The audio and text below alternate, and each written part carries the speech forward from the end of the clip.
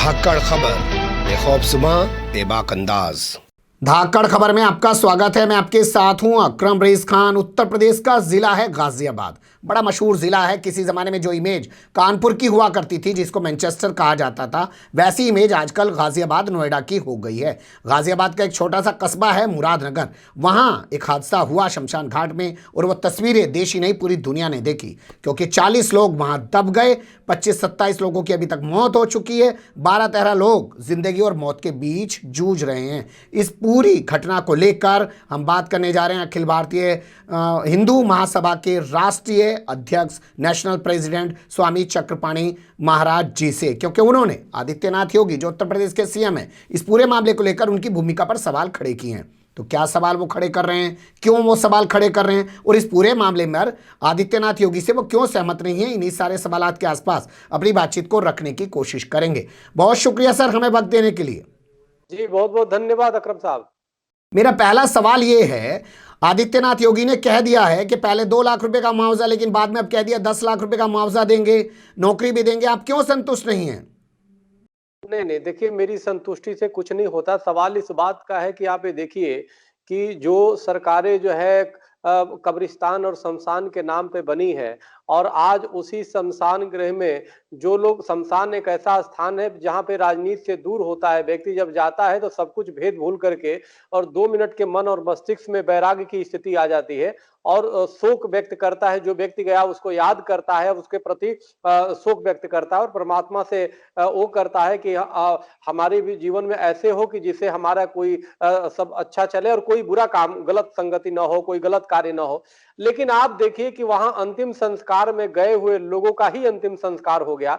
और सबसे बड़ी विडंबना यह है कि शासन प्रशासन की इसमें दोष है, क्योंकि जिस प्रकार से भ्रष्टाचार हुई है वो तो स्पष्ट, उसके भुरभुरी जो रेत से बना हुआ वो निर्माण था, जो छज्जा था, वो स्पष्ट गया। अगर वो भ्रष्टाचार की पराकाष्ठा नहीं होती तो आज इतने लोग काल कवलित नहीं होते। उनके भी जीने का अधिकार है। और 25 या 30 जितने लोग अभी मौत को गले लगाया है, वो 25-30 मात्र नहीं है, बल्कि 25-30 परिवार है, और उसके साथ पूरे प्रदेश और देश का विश्वास है। सवाल इस बात का है कि एक प्राचीन काल तो राजा की जिम्मेदारी होती थी, राजा को दोषी माना जाता था, तो ये यहां भी लागू होता है कि उत्तर प्रदेश के मुख्यमंत्री एक संत हैं, योगी आदित्यनाथ जी हैं। कई चीजों में हमारा पूरा उनका समर्थन होता है, लेकिन यहाँ पे जितनी निचले स्तर पे संवेदनहीनता देखने को मिली है, और इस घटना के बाद भी अकरम साहब, मैंने देखा है कि जिस प्रकार से अभी मैं एक टीवी चैनल पे था और उसमें वो पत्र भेजा गया प्रशासन, स्थानीय प्रशासन द्वारा शासन के आदेश पे जो भेजा गया, उसमें स्पष्ट लिखा है कि जी निःशुल्क से लोगों का इलाज होगा। और पहले तो 2 लाख किया गया था, फिर 5 लाख काट के बनाया गया, फिर 8 लाख काट करके बना दिया गया। सवाल इस बात का है, ये कब तक होगा? अरे स्पष्ट करिए ना। आखिर जिसके उसमें कई ऐसे परिवार हैं जिसका एक बेटा था, चला गया, एक पति था, वो चला गया, और उसके बच्चे बेसहारा हो गए, छोटे छोटे मासूम बच्चे हैं, पत्नियां हैं। तो आप, सीधी सी बात है कि आप उनको 2-2 करोड़ रुपया की घोषणा करिए, उनकी नौकरी की सुनिश्चित करिए, और जो बच्चे, अगर जो बड़े हैं उनकी नौकरी दीजिए, जो छोटे हैं तो उनको एक गारंटी दीजिए कि बड़े होने के बाद तुरंत नौकरी, जैसे ही उम्र होता है नौकरी उनको मिलेगा। और उनकी जो कर्ज है, चाहे और भी जो चीज, इस समय 2-2 तरीके से काम करने की आवश्यकता है। और दूसरी बार जिन गिद्धों ने इस तरह की हरकत किया, तो गिद्ध भी नहीं कहेंगे कि गिद्ध भी मरे हुए को खाते हैं, मांस को खाते हैं, ये तो जिंदे को ही निगलने का काम किया इन भ्रष्टाचारियों ने। अगर वो भ्रष्टाचारी वो का अगर जो वो नहीं होती तो निश्चित रूप से आज वो सब अपने बीच में होते, लेकिन बेचारे काल कवलित हो गए। इतने परिवार के में सुनापन आ गया। बताइए, जिसके भाई चले जाते हैं, जिसके पति चले जाते हैं, जिसके बेटे चले जाते हैं, उससे जाकर के पूछिए क्या स्थिति होगी। उन मासूम बच्चों से पूछिए कि क्या स्थिति होगी, उसके का साया हट गया।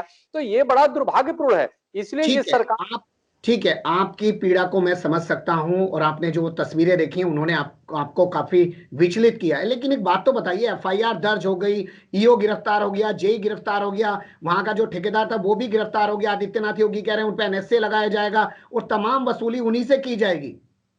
नहीं, सवाल है कि वसूली करें, एनएसए लगाइए, टाडा लगाइए, तो कोई भी सरकार रहती है तो फौरी वो में करेगी और थोड़े कह देंगे योगी आदित्यनाथ जी की जी अभी उनको नहीं गिरफ्तार किया जाएगा।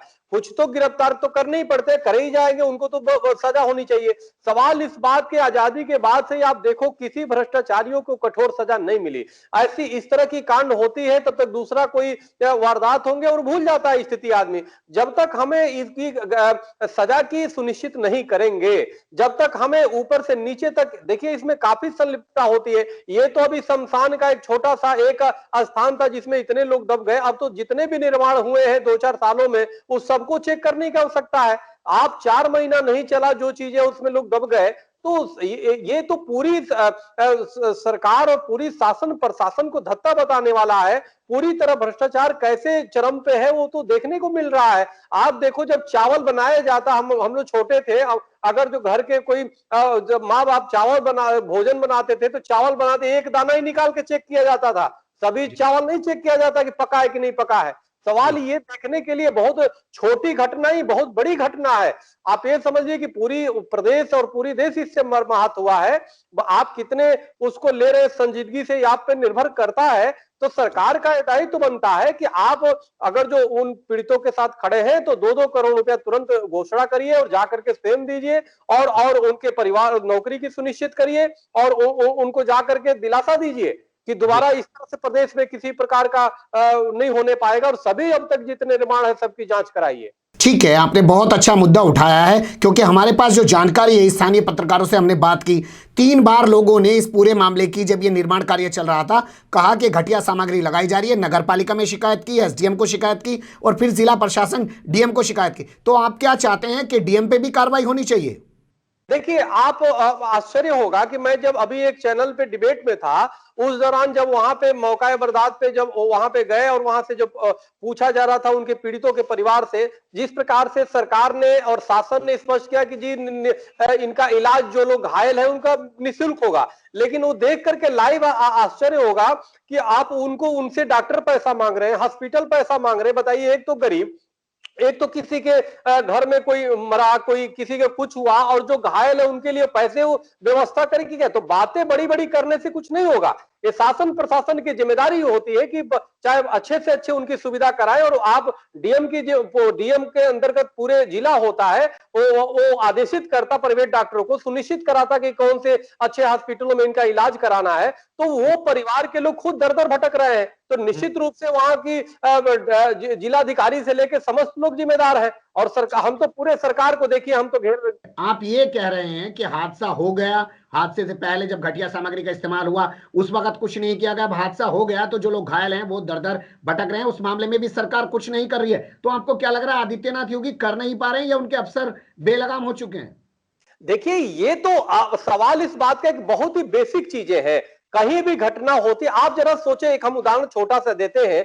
आप अकरम साहब देखिए, एक परिवार में एक छोटा बच्चा या कोई भी बुजुर्ग अगर तो परेशानी होती है स्वास्थ्य में तो उसको लेके तुरंत आदमी हॉस्पिटल में दौड़ता है। उसी प्रकार किसी प्रदेश में घटना, इतनी बड़ी घटना हुई जहां पे लोग मौत को चले गए, अकाल मृत्यु हुआ लोगों का, और जिसपे उन बेचारों का कोई दोष नहीं बल्कि शासन प्रशासन की गलती और भ्रष्टाचार की वजह से हुआ, और उल्टे जो लोग घायल है उनके वो अपने इलाज के लिए दर दर भटक रहे, उनसे पैसे मांगे जा रहे। तो ये वहां के स्थानीय शासन प्रशासन की जिम्मेदारी होती थी। जब ऊपर से सरकार ने आदेश दिया, या तो आदेश नहीं दिया या तो झूठी आश्वासन है, और अगर दे दिया तो हॉस्पिटल सुनिश्चित करो कि कौन घायल कहां जा रहा। इसका मतलब ये है कि उन घायलों को कोई पूछने वाला नहीं है। और हमने वीडियो ये देखा, वीडियो देखने के बाद जिस प्रकार से नजर आई कि जो बचाव कार्य में लगे हुए स्थानीय लोग मिलकर के बचा रहे हैं, वहां पे स्थानीय लोग ईटा पत्थर और उसमें डंडे डाल करके हटा रहे हैं। वहां तो कोई ऐसी व्यवस्था नहीं कि कोई इतना समृद्ध प्रदेश होगा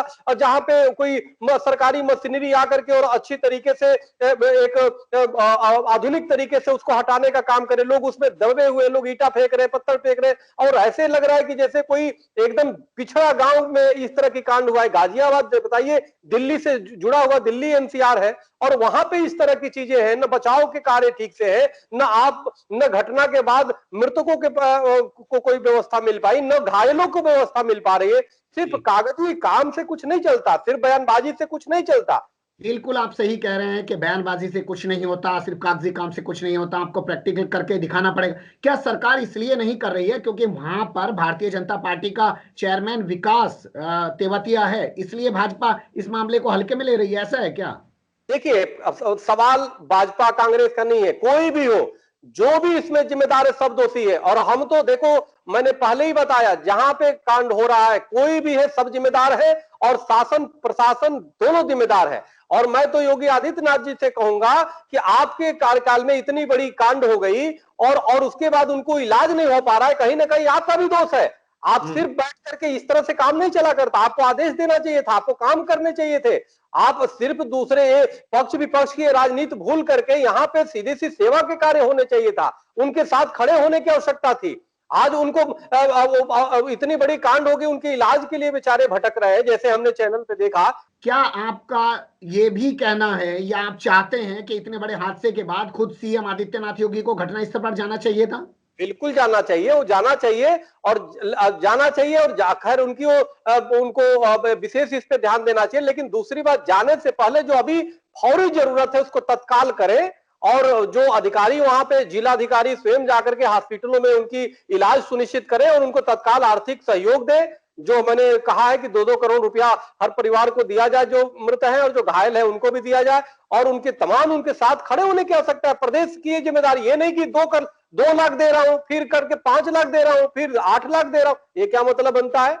इतना बड़ा ठीक कांड हो गया। मान लीजिए अगर आपकी आवाज उठाने के बाद भी उन लोगों की मदद नहीं हो पाती है, तो क्या स्वामी चक्रपाणी महाराज खुद मौके पर जाएंगे? नहीं, हमारे तो कार्यकर्ता कल ही हमारे चले, हमारे पदाधिकारी चले गए, और पूरे हम वहां से, हमारी गाजियाबाद में पूरी टीम है, हमारे लोग वहां गए, वहां पे जाके स्वयं वही हमें बता रहे हैं। और फिर हमने चैनल के माध्यम से हम अपनी बात तो उठाने का काम कर रहे हैं। हम तो चाहते हैं, हम तो प्रधानमंत्री जी को इस विषय में पत्र देने वाले हैं कि उनके परिवारों को उचित व्यवस्था दिया जाए, और हम तो मांग करेंगे। तो हम कोई छुपे बात नहीं करते, हमारी तो बात हमने देख करके किसी भी व्यक्ति की दिल मरमाहत हो जाएगा। आप देखो किस तरीके से इन दरिंदों ने जिस प्रकार से भ्रष्टाचार किया है, तो उस भ्रष्टाचार का दोष सब पे आएगा। वो हम समाज के सभी लोग जिम्मेदार हैं। हम अगर जो देखो, सितम को देखते रहना, अकरम जी, सितम को देखते रहना सितम से कम नहीं होता। मेरा दावा है कि कातिल गवाहों में भी होते हैं। तो हम बैठ करके देखें ना, कम से कम हम अपनी आवाज तो बुलंद करें। बहुत शुक्रिया स्वामी चक्रपाणी महाराज जी, जिस तरीके से आपने अपने जज्बात का इजहार किया, प्रदर्शन किया, और जो आपको पीड़ा पहुंची है और उस पर खुल के आप बोल रहे हैं, साफ कह रहे हैं कि जहां हम बहुत सारे मुद्दों पर आदित्यनाथ योगी के साथ होते हैं, इस मुद्दे पर साथ नहीं है, क्योंकि अभी तक ऐसा कुछ होता हुआ दिखाई नहीं दे रहा। जो घायल हैं उनके परिवार के लोग भटक रहे हैं, उन्हें इलाज नहीं मिल पा रहा है। इस मुद्दे पर फिर आपसे जुड़ने की कोशिश करेंगे। आपने वक्त दिया, बहुत शुक्रिया आपका।